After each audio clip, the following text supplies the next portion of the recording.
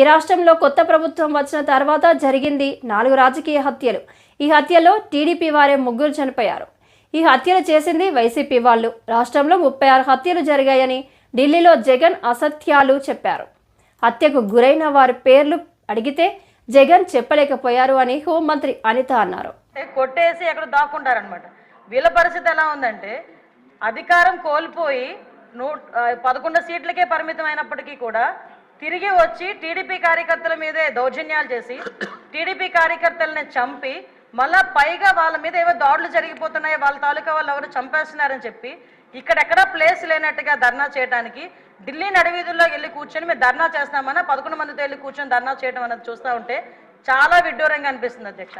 ఎందుకంటే ఈ మాట చెప్తున్నాను అధ్యక్ష, లాస్ట్ 5 సంవత్సరాలు అంటే మొన్న గవర్నమెంట్ వచ్చింది, అతను టీడీపీ ఎన్డీఏ కూటమి వచ్చిన తర్వాత నుంచి ఈ రోజు వరకు పొలిటికల్ హత్యల్లో ఒక 4 హత్యలు జరిగితే ఆ 4 హత్యల్లో 3 తెలుగుదేశం పార్టీ కార్యకర్తలనే చంపేసిన పరిస్థితి కూడా మనందరికీ కూడా తెలుసు అధ్యక్ష.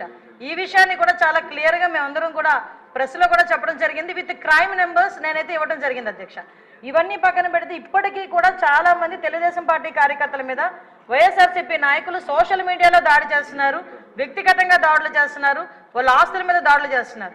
అంటే ఇప్పటికీ కూడా అంటే ఎందుకు చెప్తున్నానంటే వాళ్ళు తిరిగి మేము చేస్తున్నామని చెప్పి టీడీపీ వాళ్ళు చేస్తున్నారు, జనసేన వాళ్ళు చేస్తున్నారు, బీజేపీ వాళ్ళు చేస్తున్నారని చెప్పి ఢిల్లీ నడివీధుల్లో కూర్చొని 36 మంది పొలిటికల్ హత్యలు జరిగినాయని ఎంత సిగ్గు లేకుండా మాట్లాడుతున్నారో ఒకసారి మనం కూడా ఆలోచించుకోవాలి అధ్యక్ష. ఇది రాష్ట్ర ప్రతిష్టకి సంబంధించిన విషయం అధ్యక్ష.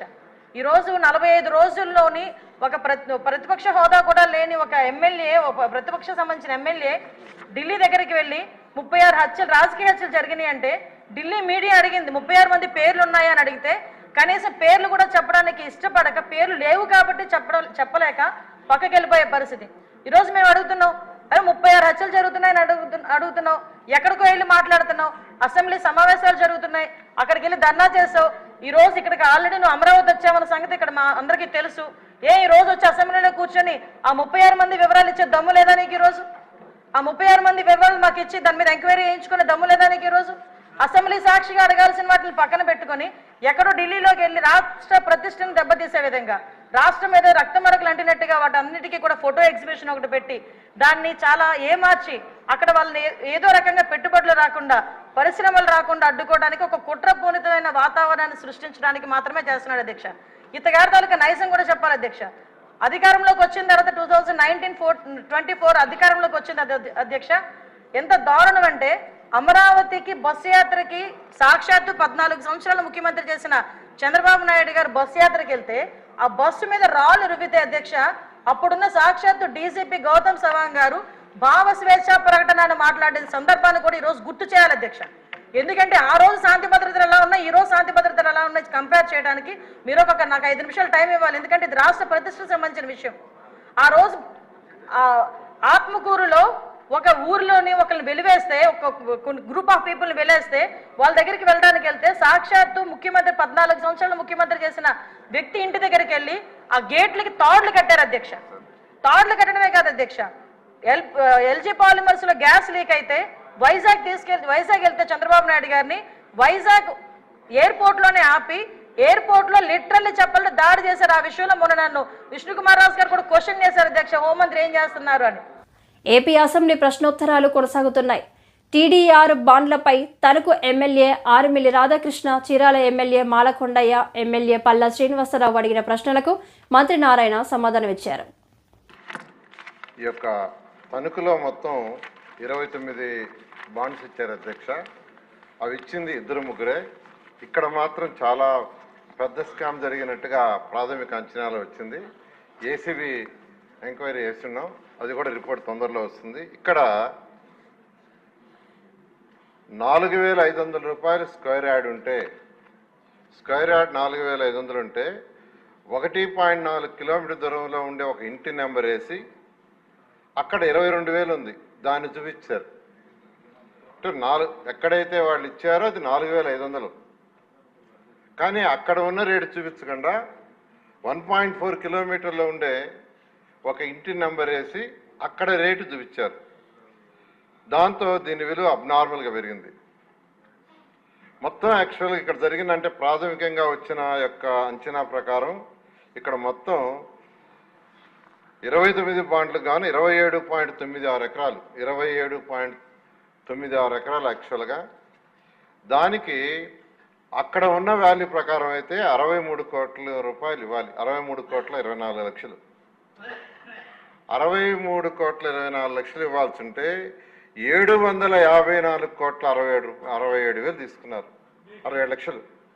754,67,000 అంటే 691,43,00,000 స్కామ్ జరిగిందని ప్రాథమికంగా డిపార్ట్మెంట్ ఎంక్వైరీ ఇచ్చింది అధ్యక్ష. అయితే దీని మీద ఏసీబీ వేస్తున్నాం. ఏసీబీ ఎంక్వైరీ ఇచ్చిన తర్వాత ఏం చేయాలనేది ముందుకు పోతాం. అదేవిధంగా తిరుపతిలో కూడా ఎలాంటి భారీ స్కామ్ జరిగింది. అయితే అక్కడ 4-5 సార్లు యాక్చువల్గా ఎంక్వైరీ చేసినా అక్కడ కమిషనర్ గారు ప్రాపర్ రెస్పాన్స్ ఇవ్వలేదు. 4-5 సార్లు. దాన్ని ఇప్పుడు మళ్ళీ ఎంక్వైరీ చేస్తున్నాం. అదేవిధంగా విశాఖపట్నం, గుంటూరు అక్కడ కూడా యాక్చువల్గా ఈ బాండ్స్ మీద యాక్చువల్గా వచ్చిన వాటి మీద ఎంక్వైరీ చేస్తున్నాం అధ్యక్ష. ఇప్పుడు వరకు ఇచ్చిన కంప్లైంట్ అయితే తణుకు, తిరుపతి, గుంటూరు, విశాఖపట్నం. చెప్పండి. పూర్తిగా అవునండి. రిప్లై అయిన తర్వాత కావాలంటే క్లారిఫికేషన్ తీసుకుంటారు. సో ఇంతవరకు యాక్చువల్గా ఈ 4 ప్లేసుల్లో యాక్చువల్గా మనకు కంప్లైంట్లు వచ్చినాయి. వాటి మీద ఎంక్వైరీలు వేస్తున్నాం. ఎంక్వైరీ వచ్చిన తర్వాత దాని మీద యాక్షన్ తీసుకోవడం జరిగింది. ప్రస్తుతానికి ఆ బాండ్స్ ఏదైతే ఇచ్చినవి ఉండే అన్నీ స్టాప్ చేసాం. కంప్లీట్గా స్టాప్ చేయడం జరిగింది. వాటిని బాండ్స్ని ఇంకా ఇచ్చేయొద్దన్నాం. ఇక్కడ తణుకులు అయితే 60% సేల్ చేశారు. ఒక 40% యాక్చువల్ పెండింగ్ ఉంది. విశాఖపట్నంలో అయితే అన్నీ స్టాప్ చేస్తున్నాం. ఈ విధంగా రాబోయే 15 రోజుల్లో అయితే ఎక్కడ బాండ్స్ రిలీజ్ చేయొద్దని నేను యాక్చువల్గా ఇన్స్ట్రక్షన్ ఇచ్చాను. అంటే వేరే బాండ్స్ కూడా ఇవ్వద్దు, దీని మీద స్టడీ చేసి ముందుకు పోతామని నేను అధికారులకి ఒక 15 రోజులు యాక్చువల్గా ఆపండి అని చేయటం జరిగింది అధ్యక్ష. ఈ రిపోర్ట్లు రాగానే యాక్షన్ తీసుకొని ముందుకు పోవటం జరుగుతుంది. రాష్ట్రంలో ముఖ్యంగా రాజానగరం నియోజకవర్గంలో డ్రగ్స్ అమ్మకాలు, బెట్టింగ్ వ్యసనాలు, లోన్ యాప్స్ వేధింపులపై అసెంబ్లీలో మాట్లాడి వాటిని అరికట్టాలని ప్రభుత్వానికి విజ్ఞప్తి చేసిన రాజానగరం జనసేన ఎమ్మెల్యే బత్తుల బలరామకృష్ణ గారు. అధ్యక్ష ధన్యవాదాలు. గత ప్రభుత్వ హయాంలో రాష్ట్రంలో గంజాయి, బ్లేడ్ బ్యాచ్, రౌడీయిజం, దొంగతనాలు, ఆన్లైన్ యాప్స్, క్రికెట్ బెట్టింగ్లు, దేవాలయాలపై దాడులు, మహిళలపై మిస్సింగ్ కేసులు, చాలా అసాంఘిక కార్యక్రమాలు అడ్డంగా మారింది అధ్యక్ష. ముఖ్యంగా చూస్తే స్కూల్స్, కాలేజెస్, యూనివర్సిటీతో సహా అన్ని చోట్ల గంజాయి అమ్మేవాళ్ళు ఉన్నారు.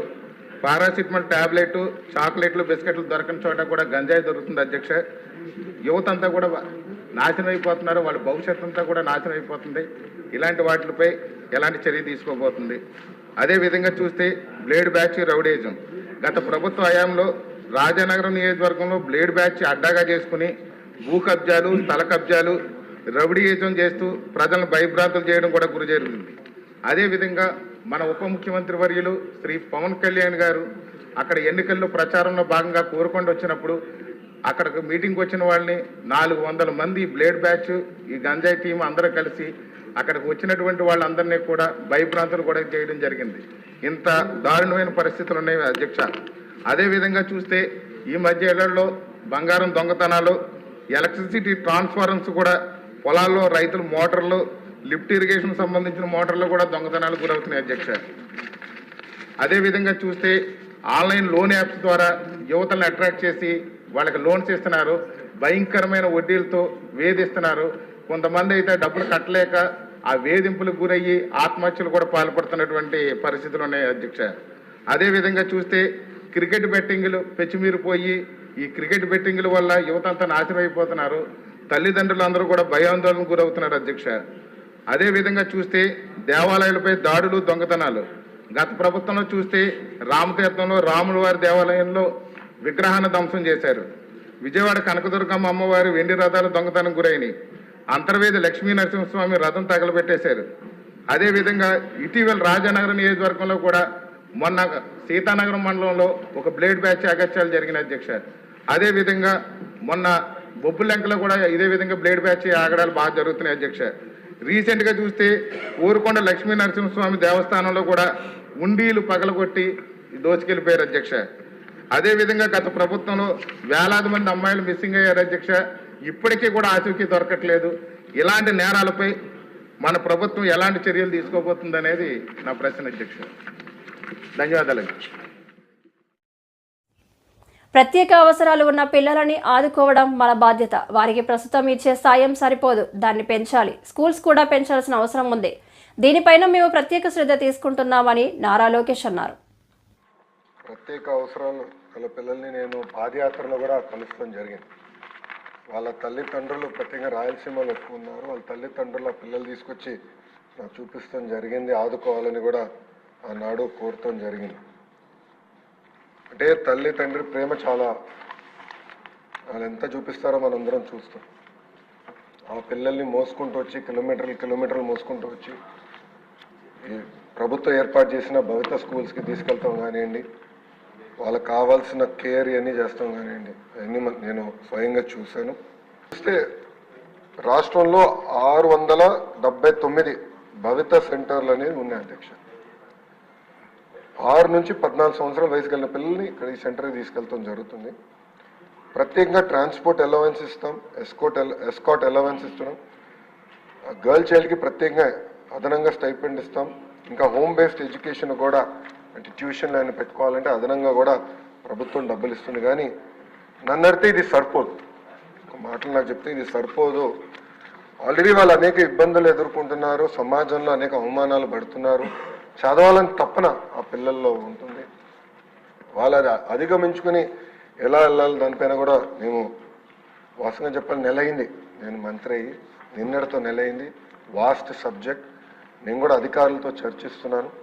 ఈ 1:10 ఎట్లా సాధ్యమవుతుంది, అంటే యూనిట్ ఎట్లా చేయాలి, ఇంకా తల్లిదండ్రులు ఈ పిల్లల్ని దూరంగా తీసుకెళ్ళగలుగుతారా లేదా, అది ఎట్లా చేయాలనే దానిపైన మేము కూడా చర్చిస్తున్నాం.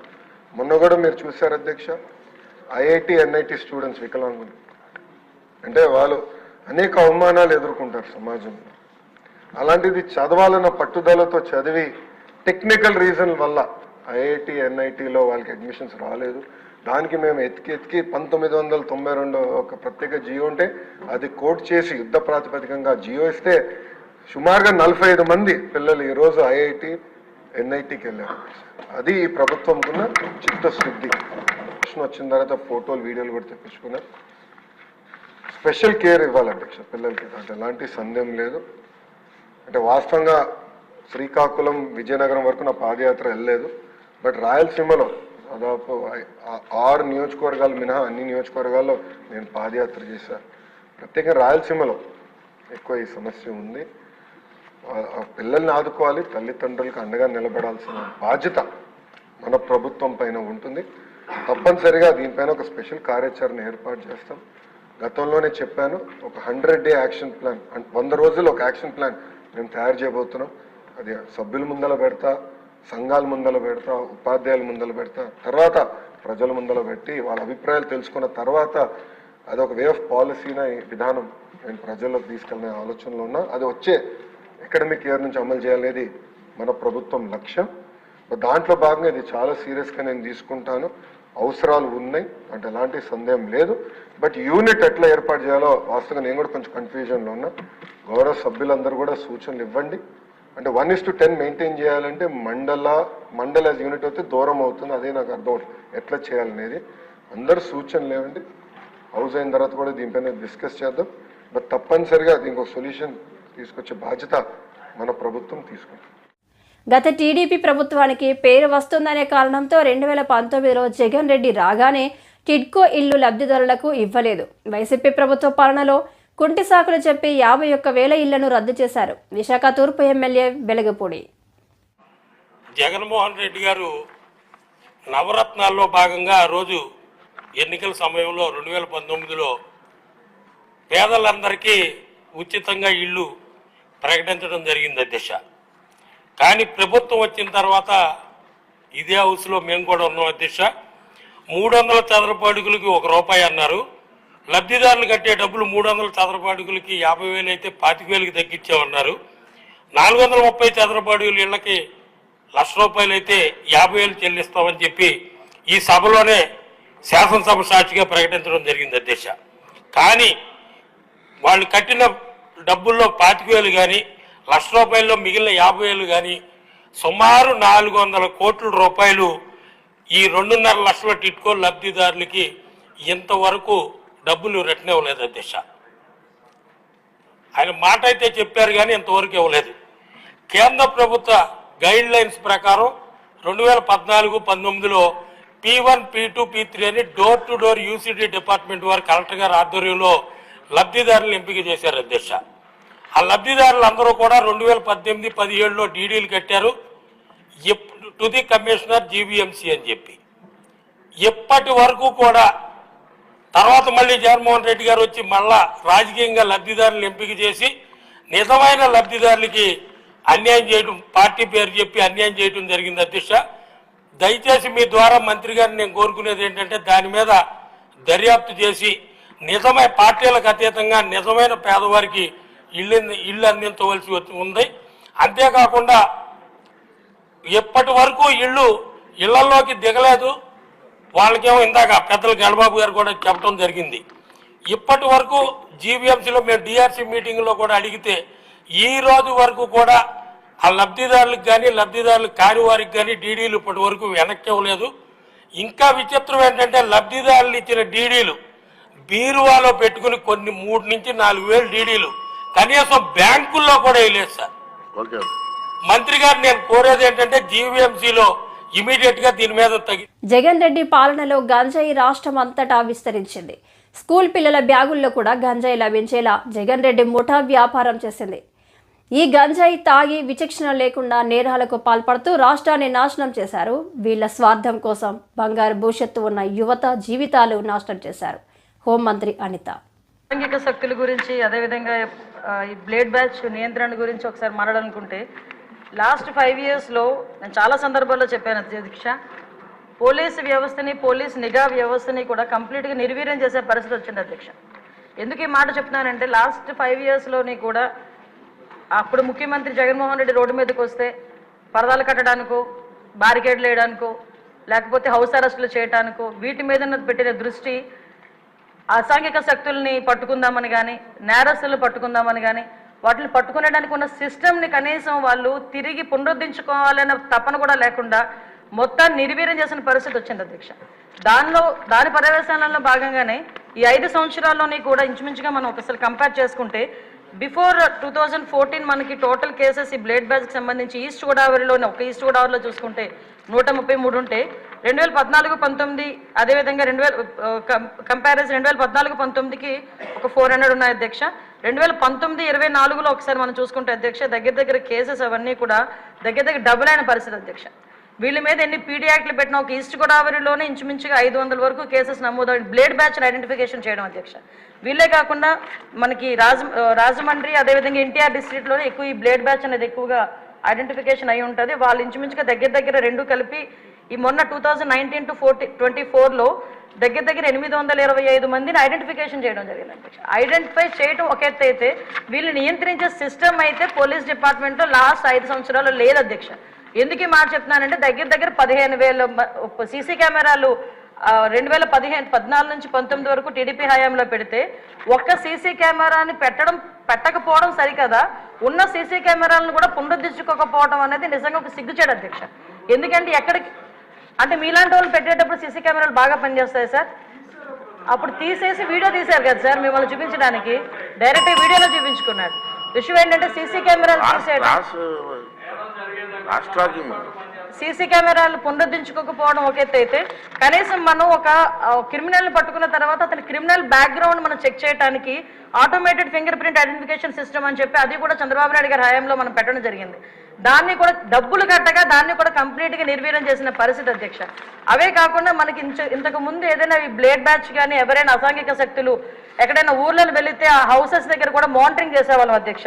ఇంచుమించుగా వాటికి సంబంధించి LHMS అని చెప్పి దాని ద్వారా కూడా లాక్డ్ హౌసెస్ ఏదైతే ఉందో అక్కడ కూడా మానిటరింగ్ ఏర్పాటు చేసి అక్కడ సీసీ క్యామ్స్ ఏర్పాటు చేసుకుని వాళ్ళు వచ్చేటంత వరకు భద్రత కల్పించడం అంటే మామూలు మైన్యూర్ లెవెల్ వరకు కూడా పోలీసింగ్ వెళ్ళి వాళ్ళు భద్రత కల్పించే పరిస్థితులు లాస్ట్ గవర్నమెంట్లో ఉండేది.